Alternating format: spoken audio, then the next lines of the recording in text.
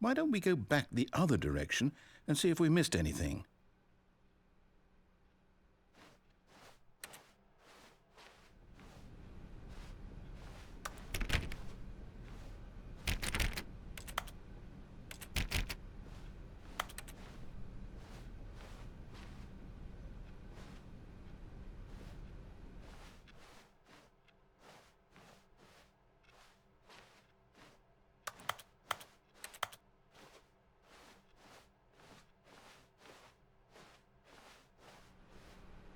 Aha!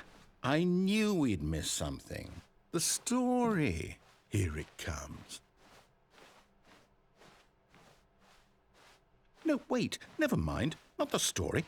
Okay, let's head back the other way and retrace our steps. Now this... Well, I'll be honest, I don't recognize this place at all. Is this the story? I don't think so. I can't quite recall, but I believe my story took place in an office building. Is that correct? Do you remember, Stanley? Well, do you know what? Since I've completely forgotten what we were supposed to be doing, how about this? You win! Congratulations! I know you put in a lot of hard work, and it really paid off, so good job. Oh, no. No, I don't feel right about this at all. We both know you didn't put in any actual work for that win. Some people win fair and square, and this was not one of those situations. Okay, I'm getting weirded out by whatever this place is. I don't care what might happen this time. I have to restart.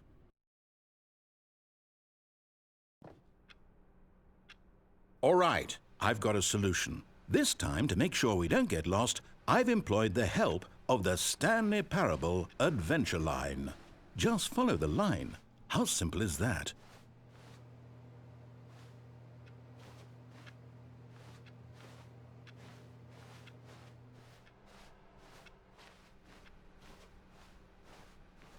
No, I'm down. We're leaving it up to the line from now on.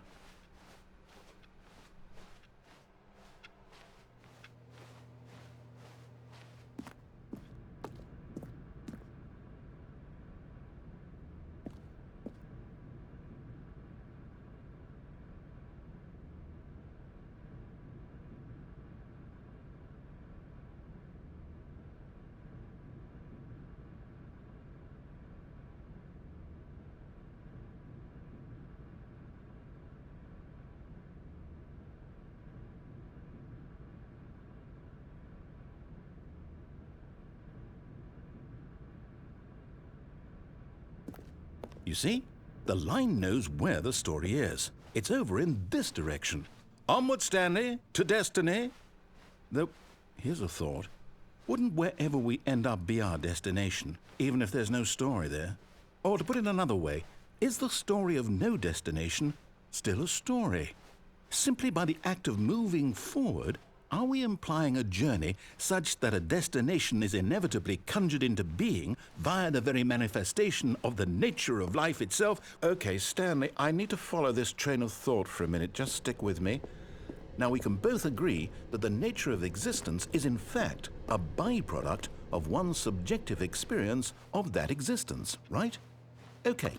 Now, if my experience of your existence rests inside of your subjective experience of this office, is this office, in fact, the skeleton of my own relative experiential mental subjective construct? Whoa.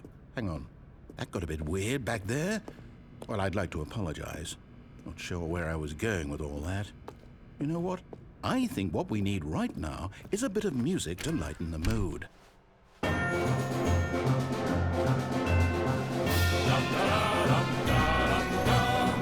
Wait, cut the music. Go back and look at that fern. Stanley, this fern will be very important later in the story. Make sure you study it closely and remember it carefully. You won't want to miss anything.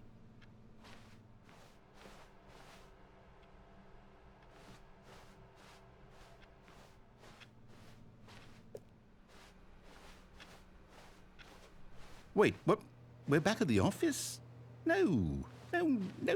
Line, you do know we're looking for the Stanley Parable, right? The story? Is any of this ringing a bell? Oh, no, not again, Line. How could you have done this to us? And after we trusted you, after everything we've been through, you... Oh, I can't take this anymore. To hell with it. Restart.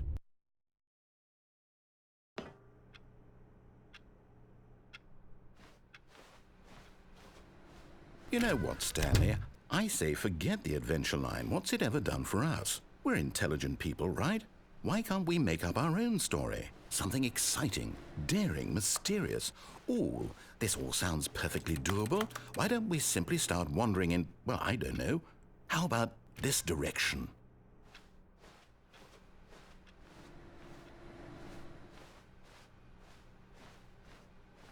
Now, yes, this is exciting. Just me and Stanley forging a new path, a new story. Well, it could be anything. What do you want our story to be? Go wild. Use your imagination. Whatever it might be, Stanley, I'm ready for it. Oh, no, not you again. Stanley, I'd also like to veto the line from having any role in our awesome new story. No lines or monitor rooms. Just don't acknowledge it, and we should be fine.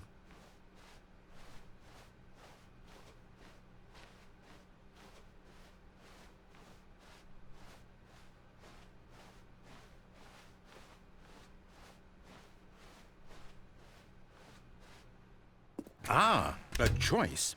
We get to make a decision. From here, the story is in our control. How important we mustn't squander the opportunity. In fact, I believe I need a minute to think here.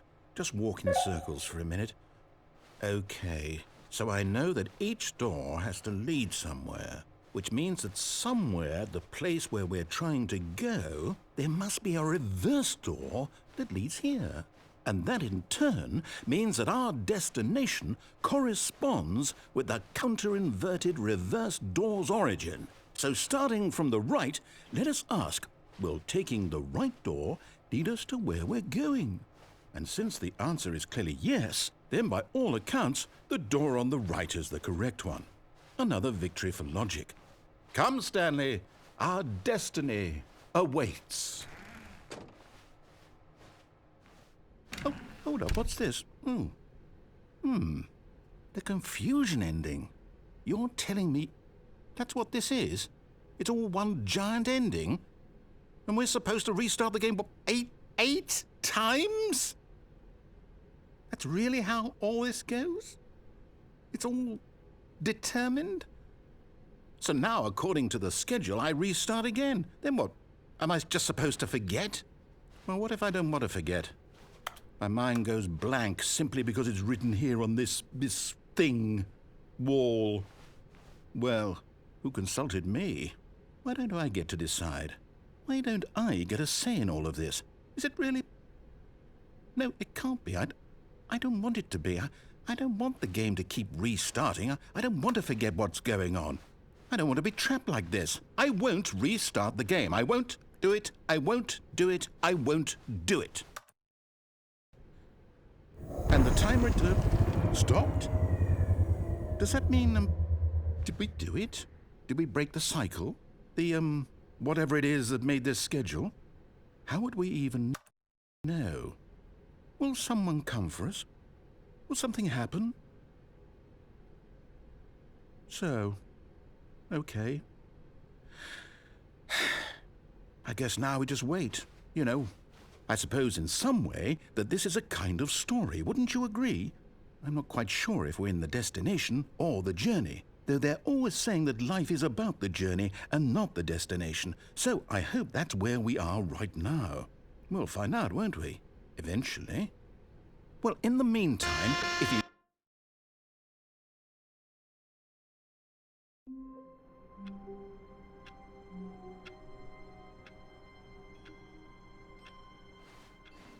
All of his co-workers were gone. What could it mean? Stanley decided to go to the meeting room. Perhaps he had simply missed a memo.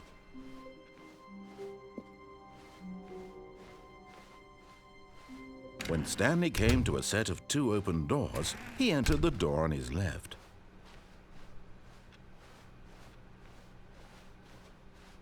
Yet there was not a single person here either. Feeling a wave of disbelief, Stanley decided to go up to his boss's office, hoping he might find an answer there.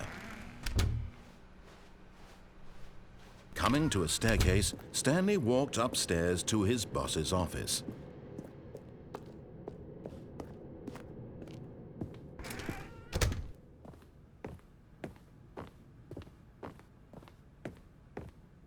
Stepping into his manager's office, Stanley was once again stunned to discover not an indication of any human life.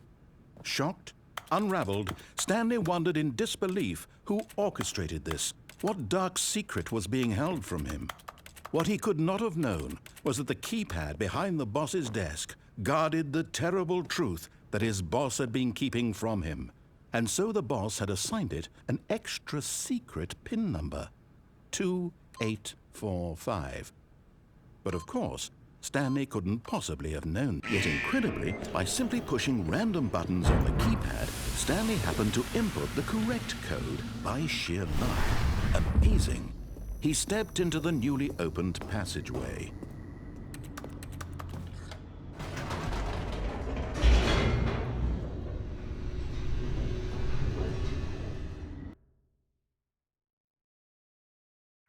Descending deeper into the building, Stanley realized he felt a bit peculiar.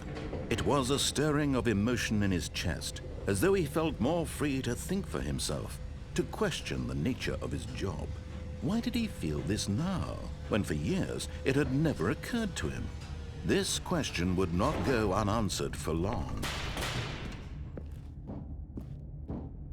Stanley walked straight ahead through the large door that read Mind Control Facility.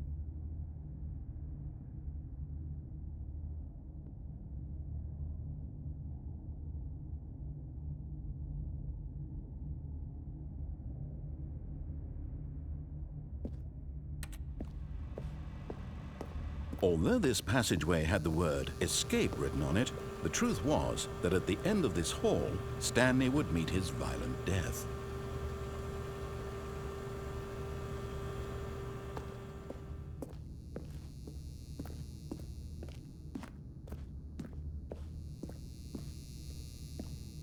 The door behind him was not shut. Stanley still had every opportunity to turn around and get back on track.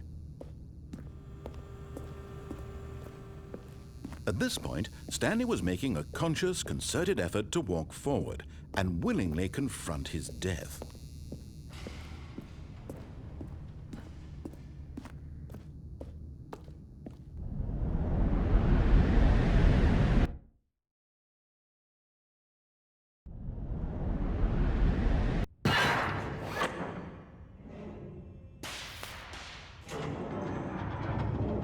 As the machine whirred into motion and Stanley was inched closer and closer to his demise, he reflected that his life had been of no consequence whatsoever.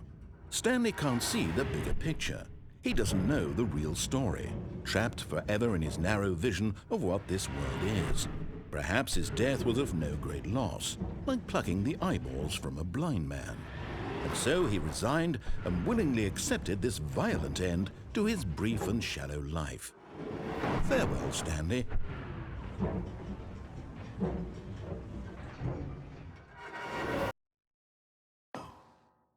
Farewell, Stanley, cried the narrator, as Stanley was led helplessly into the enormous metal jaws. In a single visceral instant, Stanley was obliterated as the machine crushed every bone in his body, killing him instantly.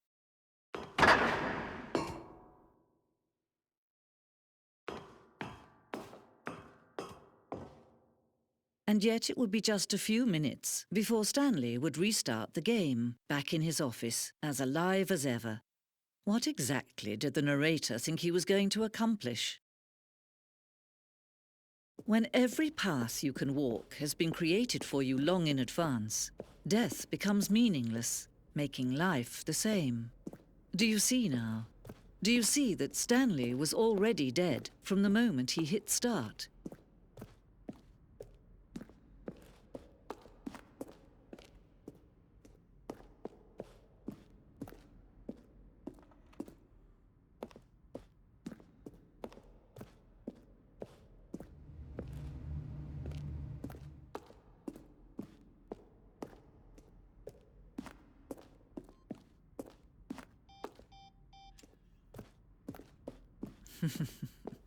Oh, look at these two. How they wish to destroy one another. How they wish to control one another. How they both wish to be free. Can you see? Can you see how much they need one another? No, perhaps not. Sometimes these things cannot be seen. But listen to me. You can still save these two. You can stop the program before they both fail. Turn off your PlayStation. There's no other way to beat this game. As long as you move forward, you'll be walking someone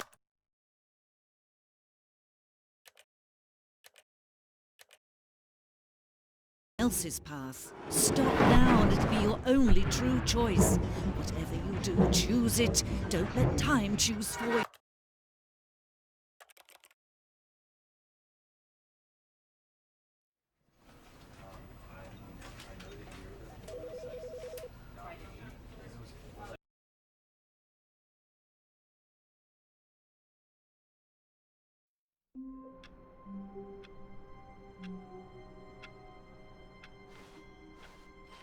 All of his co-workers were gone.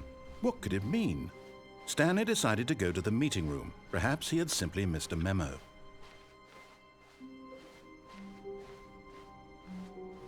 When Stanley came to a set of 2 open doors, he entered the door on his left.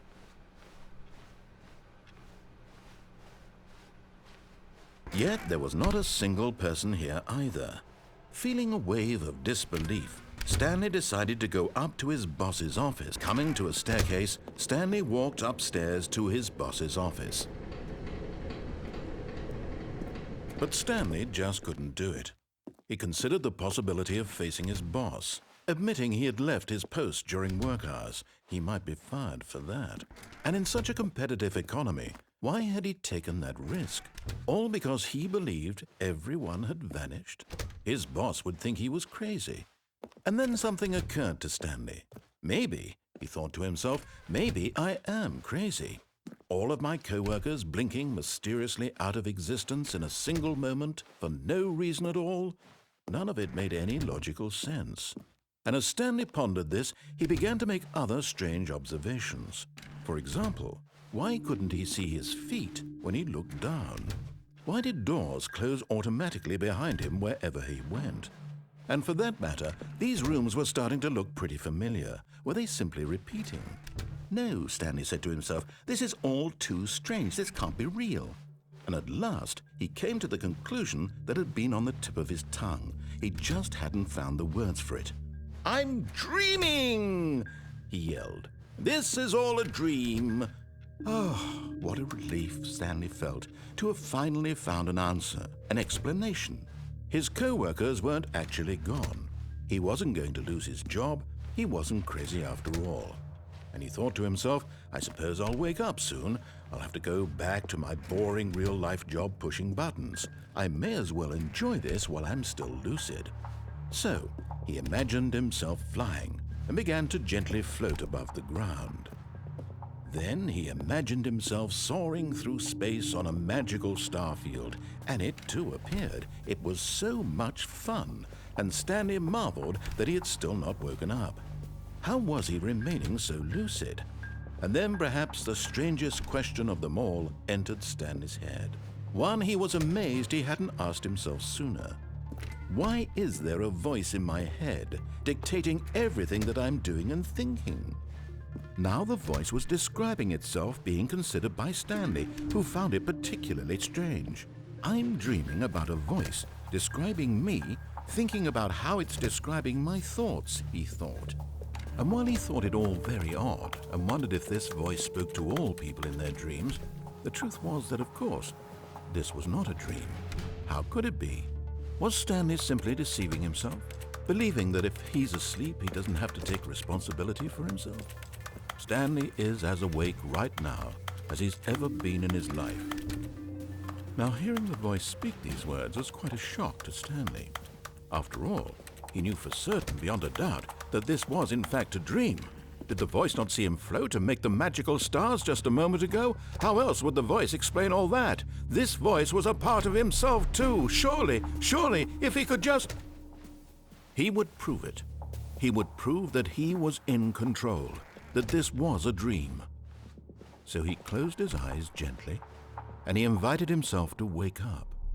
He felt the cool weight of the blanket on his skin, the press of the mattress on his back, the fresh air of a world outside this one. Let me wake up, he thought to himself. I'm through with this dream. I wish it to be over. Let me go back to my job. Let me continue pushing the buttons. Please, it's all I want.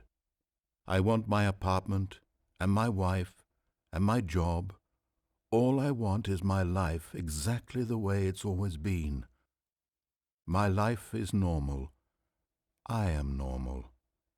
Everything will be fine.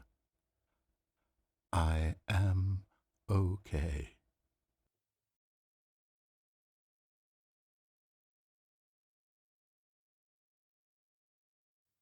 Stanley began screaming.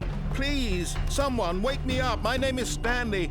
I have a boss. I have an office. I am real. Please, just someone tell me I am real. I must be real. I must be. Can anyone hear my voice? Who am I? Who am I?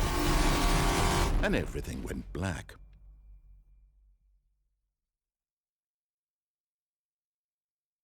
This is the story of a woman named Mariella. Mariella woke up on a day like any other. She arose, got dressed, gathered her belongings, and walked to her place of work. But on this particular day, her walk was interrupted by the body of a man who had stumbled through town talking and screaming to himself, and then collapsed dead on the sidewalk. And although she would soon turn to go call for an ambulance, for just a few brief moments she considered the strange man. He was obviously crazy. This much she knew. Everyone knows what crazy people look like. And in that moment, she thought to herself how lucky she was to be normal. I am sane. I am in control of my mind. I know what is real and what isn't. It was comforting to think this, and in a certain way, seeing this man made her feel better. But then she remembered the meeting she had scheduled for that day, the very important people whose impressions of her would affect her career, and by extension, the rest of her life. She had no time for this, so it was only a moment that she stood there, staring down at the body. And then she turned and ran.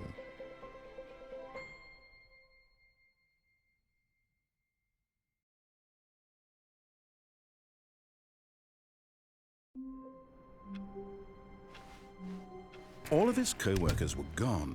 What could it mean? Stanley decided to go to the meeting room. Perhaps he had simply missed a memo.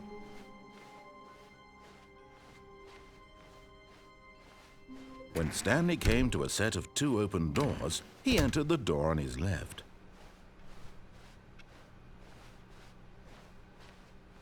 Yet there was not a single person here either. Feeling a wave of disbelief, Stanley decided to go up to his boss's office. Coming to a staircase, Stanley walked upstairs to his boss's office.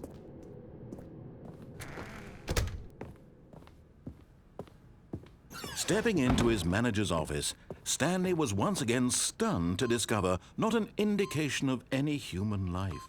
What could it mean? Stanley was in such a rush to get through the story as quickly as possible, he didn't even have a single minute to just let the narrator talk. That kind of anxiety isn't healthy, so he relaxed for a few moments with some calming New Age music.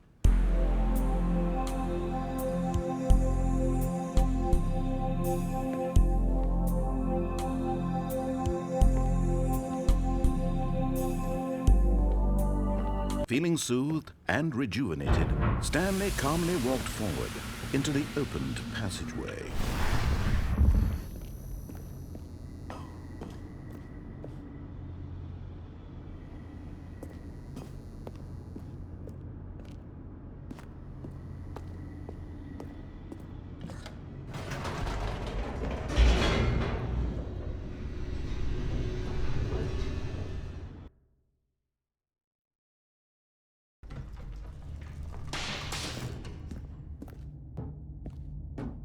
Stanley walked straight ahead through the large door that read Mind Control Facility.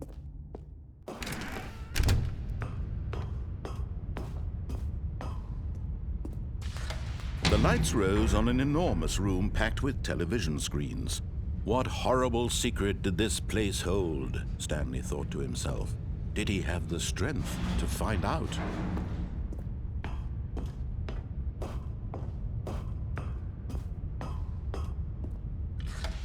Now the monitors jumped to life, their true nature revealed. Each bore the number of an employee in the building, Stanley's co-workers. The lives of so many individuals reduced to images on a screen, and Stanley, one of them, eternally monitored in this place where freedom meant nothing.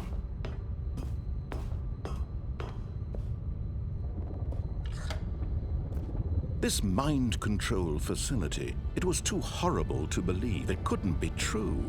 Had Stanley really been under someone's control all this time? Was this the only reason he was happy with his boring job? That his emotions had been manipulated to accept it blindly?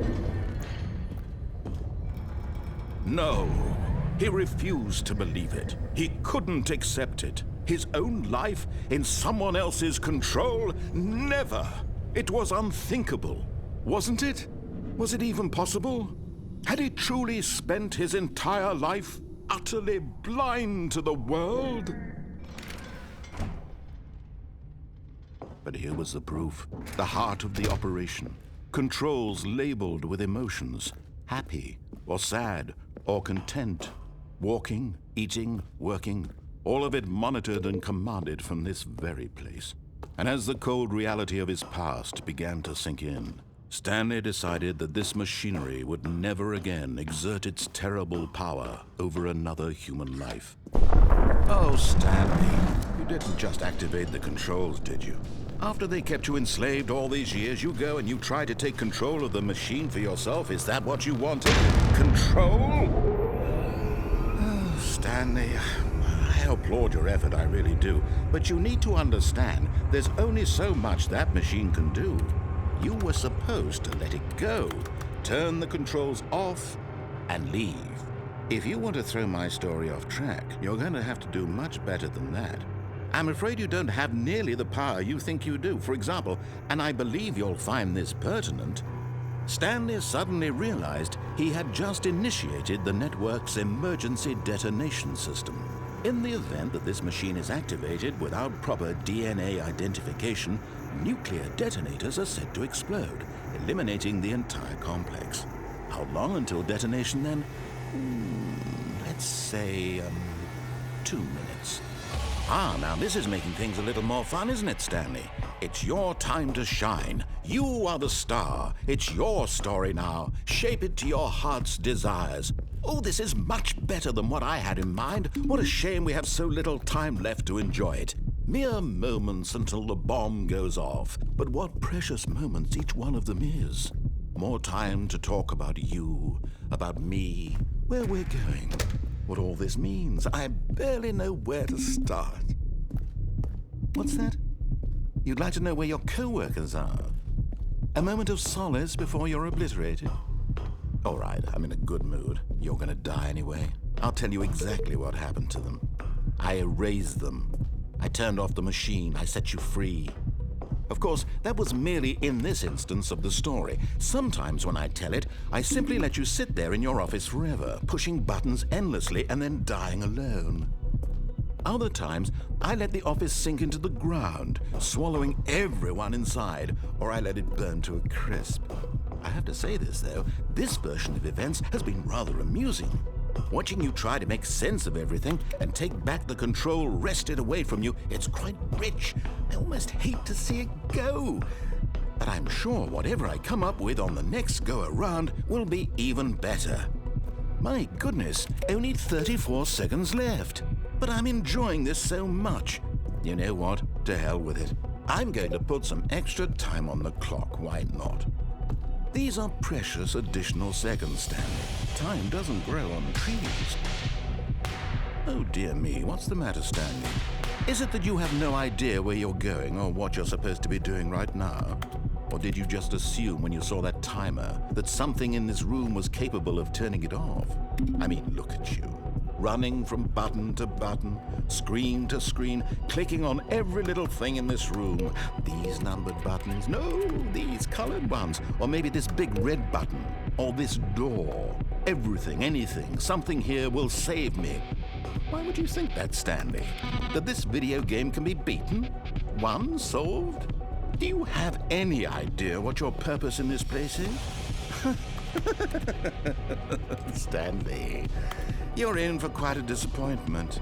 But here's a spoiler for you. That timer isn't a catalyst to keep the action moving along. It's just seconds ticking away to your death. You're only still playing instead of watching a cutscene because I want to watch you for every moment that you're powerless, to see you made humble. This is not a challenge, it's a tragedy. You wanted to control this world, that's fine. But I'm going to destroy it first, so you can't. Take a look at the clock, Stanley. That's 30 seconds you have left to struggle. 30 seconds until a big boom and then nothing. No ending here, just you being blown to pieces. Will you cling desperately to your frail life, or will you let it go peacefully? Another choice. Make it count, or don't. It's all the same to me, all a part of the joke. And believe me, I will be laughing at every second of your inevitable life from the moment we fade in until the moment I say, happily ever after.